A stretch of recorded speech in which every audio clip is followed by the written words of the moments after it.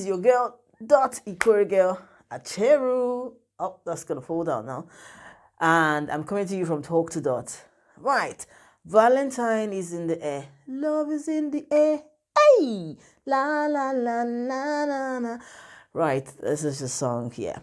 So I know I'm supposed to come to you with an episode every Tuesday exposing domestic abuse. However, my little princess darling daughter turned 4 years old on Tuesday. So, I mean, when it comes to my kids, everything stops, so unapologetic about it.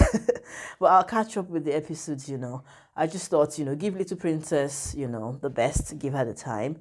Because at the end of the day, as a parent, you want to put your kids forward.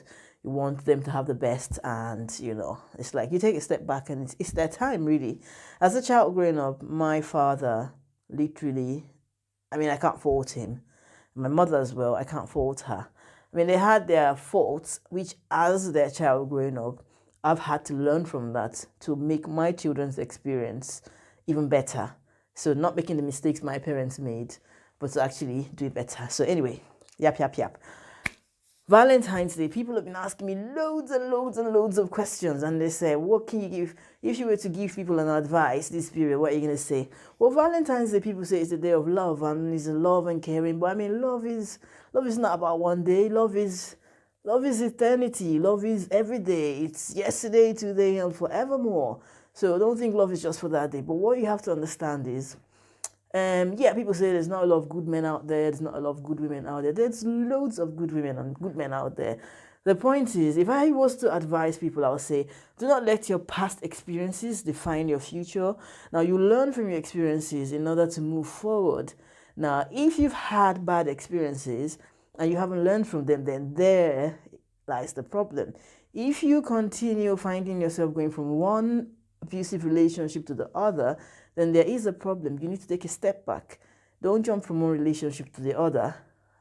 Just take a step back and understand yourself. Maybe there's something about you that is broken that attracts those kind of people. I'm not saying you're throwing yourself into the hands of an abusive person. I'm saying that abusive people go for people, men and women with mommy, daddy issues, brokenness, something missing in their lives that they're trying to fix, and they spot this and they attach themselves to you. So you need to take a step back to understand yourself and say, why do I keep finding myself in the same mess over and over and over and again? Don't rush things. Take your time. Understand yourself. You need to. What's it said? What's that saying? Man, know thyself. So know yourself so that you can, go forward.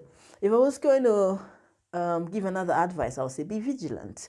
You need to understand the red flags and of relationships, toxic relationships, potential toxic people. Because if you don't know the red flags, then how do you know what to avoid? And I'm not saying that once you see one thing, you just say, hey, narcissist a lot. No, I'm saying understand them. It has to be like a couple of them together to create something that makes you say, okay, but be on the watch. For certain signs. So you need to understand this. And I've got loads and loads and loads of videos. There's lots of resources on the internet. And obviously, join my Facebook community. Join me on IG, and ask me questions and, leave comments, and I'll respond to you as much as I can. But understand what these things are so that when you see it, you know what it is. It's almost like back then in Nigeria. It's different here in the UK where you don't understand the weather, Back there in Nigeria, growing up, you could smell the rain, you could smell the harmattan, you could smell different kinds of weathers. You just knew when it was coming. There is no thunder without lightning. There's no lightning without thunder. So it's like thunder, or there's lightning, then thunder, and then before you know, there's rain. You can smell it. In this country, man, you just see thunder and lightning, no rain. Do you understand? You just deviating. But anyway, understand the signs so that you don't make the mistakes. A lot of times when I hear from women and men is like, how did I not know what these things are? So this is why you need to educate yourself. Don't just assume that, no, I'm streetwise, it's not going to happen to me. No, it can happen to anyone. And to be honest, these things happen to the wisest of the wise. I read a comment recently where a woman said, I'm a psych nurse. So she's done psychological nursing for ages and ages and ages. And she said, I was in an abusive relationship and I didn't know. I met a police officer who said her job was to track down on coercive controllers, abusive people. That was her job every day. But she was in an abusive relationship, and it took her 7 years to realize what it was. I met someone else that was managing projects on domestic abuse, reoffenders. She was setting up gateways and all that. At the time she was doing these projects and meeting people and teaching them how to do this stuff. She was in an abusive relationship and she did not notice. It took her years and years and years, and she was like, how did I not know that? You understand? The truth is, know the signs so that you don't find yourself in an abusive relationship. Because the truth is, when you find yourself in an abusive relationship, it's like a spell. It takes you a while to understand. And then you think like, oh, I can fix this. And the longer you stay, you get brain damage. You're like, I'm a zombie, I'm a zombie. I'm being serious here. The longer you stay inside, the more it's difficult, the more difficult it is for you to come out of it. So you don't want to go in. And then the truth is, even when you make it out, yeah, you're a survivor. You survived, great. But sometimes the impact of an abusive relationship could last a lifetime. You know, it's like, think about it. Take a plate and break it. Fix it with super glue. Does it look the same? Exactly. That's what I'm trying to say. So you're better off not finding yourself there.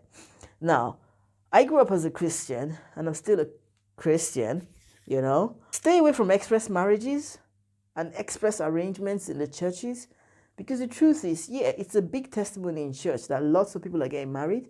It's a good testimony that people are having babies. But that's for the pastor, his testimonial, his resume.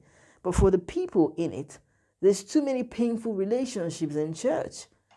Religion, do you understand? Sometimes I feel like religion fosters a lot of this. I remember as a little child growing up, I had an uncle who was a barrister, and he was the pastor in one of these really, really serious churches. You know, but I used to go to his office, and there's lots of people that used to come there, women especially. And I used to sit in the corner and listen to the conversations. It was traumatic. Like, how can people in this kind of church be going through these kind of things? And he used to advise them, I used to talk to them, and they were coming to him because he's a solicitor, and they're trying to see how they can get themselves out of this sort of marriage. And I was shocked. I was genuinely shocked. So don't think that because you're in church, it's not going to happen. It's going to happen. All the pastor is doing is getting you married. There's X amount of, oh, the Lord has been good. People just get married in the church. No, people get married. Come to my church. Come to my church. You will get married. And then what next? You understand? And when the trouble starts, they'll say, pray. Wait on the Lord and pray. So don't be in a hurry. Now, for people saying there's no good men out there, there's no women out there, let me tell you something. You've been putting people in the friend zone. What the heck is that? What is a friend zone? That thing is devilish, man. You should be marrying your friends. If you don't marry your friends, who are you going to marry? I've heard people say that there is a friend and there's husband material. Really? Okay. There's husband material. All right, now keep going for the husband material. Yeah, and keep keeping the friends in the friend zone. You understand? Because you're with the so-called husband material. But that friend you left there that you didn't marry, that's the person you want to still call on the phone. That's the person you want to WhatsApp to say, see what's going on. That's the person you should have married. Don't be putting people in friend zones. Be marrying them. You all build your friend zone together and build your friend's family. Because when the love fails, when the attraction fails, when everything fails, the friendship keeps you going. I heard something beautiful the last time I was in America from this couple. And they said, when people ask us about our relationship, what's the secret? They said, well, our secret is not something great. Our secret is that we're genuinely friends. We don't see ourselves as husband and wife and, leader and, co-worker and this and that. We see ourselves as friends. So we just talk, we just gist, we just have fun, we just play, we argue, we settle because we are genuinely friends. And you know what? That was like the most beautiful thing I'd ever heard in my entire life. Because this couple, they had actually worked out what it was. Marry your friends. You understand? Go and marry your friends. Go to bust into that friend zone and go there and say, friend, let's do this. That's what I would say. No friend zone no more. Your friends, that's what it is. These are your spouses. These are your wives and your husbands and your boyfriends and your girlfriends. The other thing I'll say is don't be in a hurry. Abusive people, they're like devils. They can't hide themselves for a long time. They can't manipulate for a long time. Even though the longer they've been doing this whole abusive thing, like breaking in and out of relationships, they learn. So like they're collecting experience. It's just like the first time you start working, you don't have that much experience. But over 10, 20 years, you become better. So they get better in the game. But you know the funny thing, they can't hide themselves for so long. So you will see signs. Now, when you get married within 3 months or 6 months, and it's, I don't want to give a time frame for marriage, but I'm saying that when you see things that in your heart and your feeling, you feel like something's not right, take a step back. So very quickly, if someone calls you all the time, someone wants to be with you all the time, someone wants to know where you are, someone wants to check on you all the time, they have to talk to you in the morning, they have to talk to you in the afternoon, they have to come and pick you up at work, they have to hang out with you after work, they have to talk to you when they get home, they have to talk to you till you sleep. It's exhausting, it's draining. It's actually a tactic of abuse. Like if you're sleep deprived, you can't function properly. You can't think properly. You need your sleep and your rest. You need your time. If someone needs to know, are you back from work then? What are you still doing in work? No, they don't own you. You should be controlled. You should be free. Love allows you to blossom. Love allows you to grow. Love doesn't keep you crushed. If you in a relationship where all of a sudden you're not free, you can't talk to your friends anymore, you have to hide to do things. If you're in a relationship that has turned you into a liar, you have to lie about where you are. You are not in a bad place. You're not doing anything wrong. But just because you know that if you said, I was with my friend, someone's going to get upset, they're going to be angry. What are you doing with that person? That's the person you should put in the friend zone. You get me? That's the person that should be in the friend zone. You understand? Then the person you went to tell, I don't understand this guy. I don't understand why he's so jealous. He's so possessive. That guy you go to tell those things, that is your friend, that always tells you what to do, always advises you, that is that shoulder to cry on. That's the husband there. The one that you go back to and you're so scared to talk to, and then you go back to call the other one to say, can you help me? Switch it like this, yeah? Bring the friend zone one this way and marry that one. Take the one that you have been going to get counsel about, put him in the friend zone. If I put him inside a rocket and ship him up to planet Z Floyd. So yes, if you're in an abusive relationship and you need someone to talk to, get in touch. Talk to Dot. Follow me on Facebook, Twitter, Instagram. Facebook community is absolutely massive. And let's work together. Let's see how we can help you.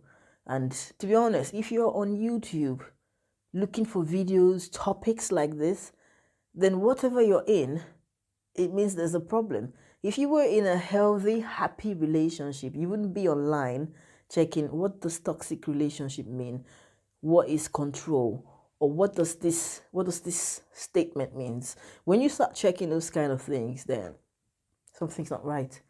When you have the need to check your partner's phone to say, okay, what they're up to, what's going there, when you have the need to hide, to keep things, something's not right. There's nothing. And finally, the best advice I can give you, don't think that things are going to change. They don't change. They just get worse. Don't think that marriage is going to change a person. Don't think that, all right, we're married, the person hasn't changed yet. Maybe if we got a child. No, the child is going to be that thing that we use to keep you a prisoner. Don't think, oh, maybe if you had a second child, maybe if it's a boy child, maybe if it's a girl child. No, those things you're hoping for will only keep you more of a prisoner. And these are the things that will make you say, oh, I can't leave because of the children. You shouldn't have gone in the first place. Maybe if we had a house together, then you go together and you get a mortgage together and you put both names inside. You're making the divorce process. You're making the divorce process even more difficult. Getting a house together, binding yourself more together. That's what the abuser wants. They want to make sure you're so bound together, you're not going anywhere. So don't think that by doing these things, they're going to change. And the truth is, while you think that you're building a life with this person, you're not building nothing. You're helping them fulfill their destiny and their dreams and their vision. It's not about two of you, it's about them. So that house you're buying, that marriage you're marrying, that child you're childing, it's not about you, it's about them. Anything they can use is about them. So, once again, From talk to dot. This is Dot, Ikori girl, Acheru. One love, peace, guidance, and respect.